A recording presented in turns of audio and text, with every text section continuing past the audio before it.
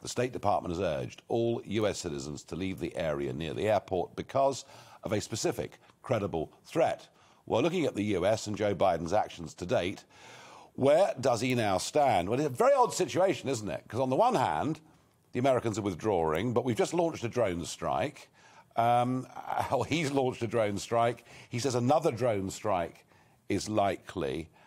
I have to say, I thought from the very beginning that Joe Biden wasn't up to being US president.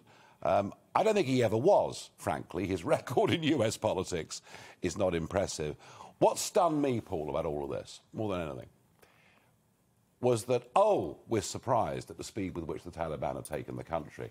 There clearly was no evacuation contingency plan in place whatsoever, either for the US citizens or for citizens of our country and other NATO allies. And I don't think his presidency can ever recover from this, can it? I think internationally he's taken a huge hit, his credibility, and probably one that he will not recover from. I mean, let's not forget when Trump was out the door, much of the international community put their hands together and said, isn't it wonderful, the adults are now back in the room. I'm no fan America is back.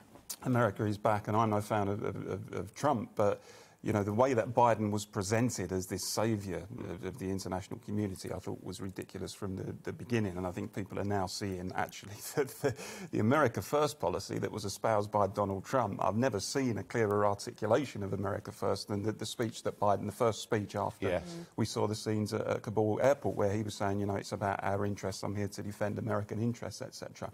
And the fact now, as we heard, that they potentially are about to make common cause with the Taliban in opposition to ISIS-K, it shows you what an absolute dog's breakfast the whole thing has been. Whether or not it will take a hit domestically, I think, remains to be seen, because I think the truth is a lot of American people don't particularly like the idea of these foreign interventions anyway. Probably had enough of it, thought we want the boys back. And know it's been a complete mess, but it may not be held against him electorally. But internationally, I think his reputation is very severely damaged. We're in this for 20 years there, you know, and the British public feeling much the same thing. But it's how you withdraw, it's how you do it. And Dehenna, what really struck me about this is that Donald Trump had been saying since 2009 that he thought we'd all spend too much time there. But it's how you do it. There is no way, knowing Donald Trump as I do, and knowing his love of the telephone, there is no way America would have announced that decision without consulting, certainly with us, who Trump has a great regard for. But I would be very surprised if Trump hadn't spoken to other NATO allies as well. The fact that Biden did this without consultation, that Boris Johnson put a message in early on Monday morning, didn't get a phone call back until late on the Tuesday evening, I think, you know, one of the big questions here is, what about the so-called special relationship? Can we trust America? And what does it mean for NATO? Well, I think for me, one of the things that I found the most interesting is reading Nick Allen's reporting in The Telegraph of how the Biden administration is taking a hit domestically in the US. Not so much with the public, but certainly within his own party. And he received scathing feedback from Seth Moulton, who is a Democrat congressman and a former Marine, who had some quite fruity words to say, basically saying the way that this has been handled has been a total expletive disaster. But there are so many Democrats now distancing themselves from Biden. I think it's going to be really difficult to see how his reputation will recover within his own party membership. And you talk about the special relationship. I mean, again, looking at Nick's coverage, it just seems that the Biden administration has been so slow to act, not just with the UK, but even having those conversations more internationally with places like Pakistan to try and discuss safe passage for refugees and those fleeing. It sounds as though those conversations either haven't happened or have happened so slowly. You know, we've lost so much progress, so much ground that could have been made in that time to get people out safely and keep people, rescue people effectively, was just lost. I mean, I think it's an absolute shambles. You know, I'm not sure how Joe Biden's going to really look himself in the mirror. No, and here's the really odd thing. The really odd thing, Arlene, is that if Joe Biden was to stand down, his deputy, Kamala Harris, is even lower in the opinion polls than Joe Biden himself is. Can the Democrats recover from this?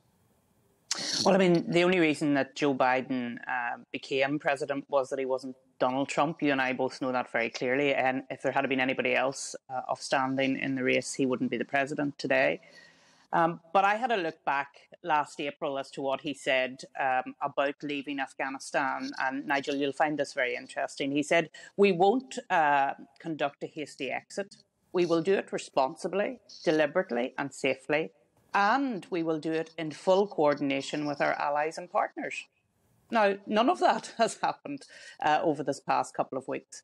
And I think it's a real reflection on the Biden administration that he has allowed this to happen. And the so-called special relationship, I think we really need to reassess that now. I know the Americans sometimes sneer about the special relationship as if they're doing the UK a favour by even talking about this special relationship. Well, actually, I think for us, what we need to do now is look at where we stand in the world, global Britain. If we're going to make that a reality, then how do we resource our military? How do we look to our diplomatic mission right across the world? How do we give out humanitarian aid? We have to reassess all of that in the light of what has happened in Afghanistan. Yes, and those comments, Arlene, you know, those assurances that Joe Biden gave, of course, we just showed the pictures of Carbis Bay, and that was where he was reassuring the rest of the world, America is back, we're going to work with you. Arlene, thank you. Well, I just want to say this, well done, mainstream media, well done, social media, well done. You've got the president that you wanted. You didn't like Donald Trump, he was too brash, too difficult for you, so you decided to run a campaign where rather than being critical and doing your job, you basically became champions for Joe Biden.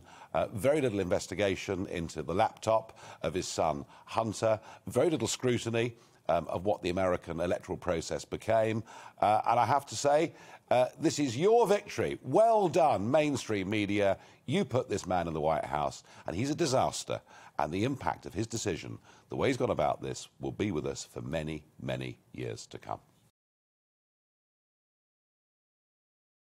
Welcome to the GB News YouTube channel. You can watch us live 24 hours a day, catch up on your favourite shows, and join in the conversation in the comments below.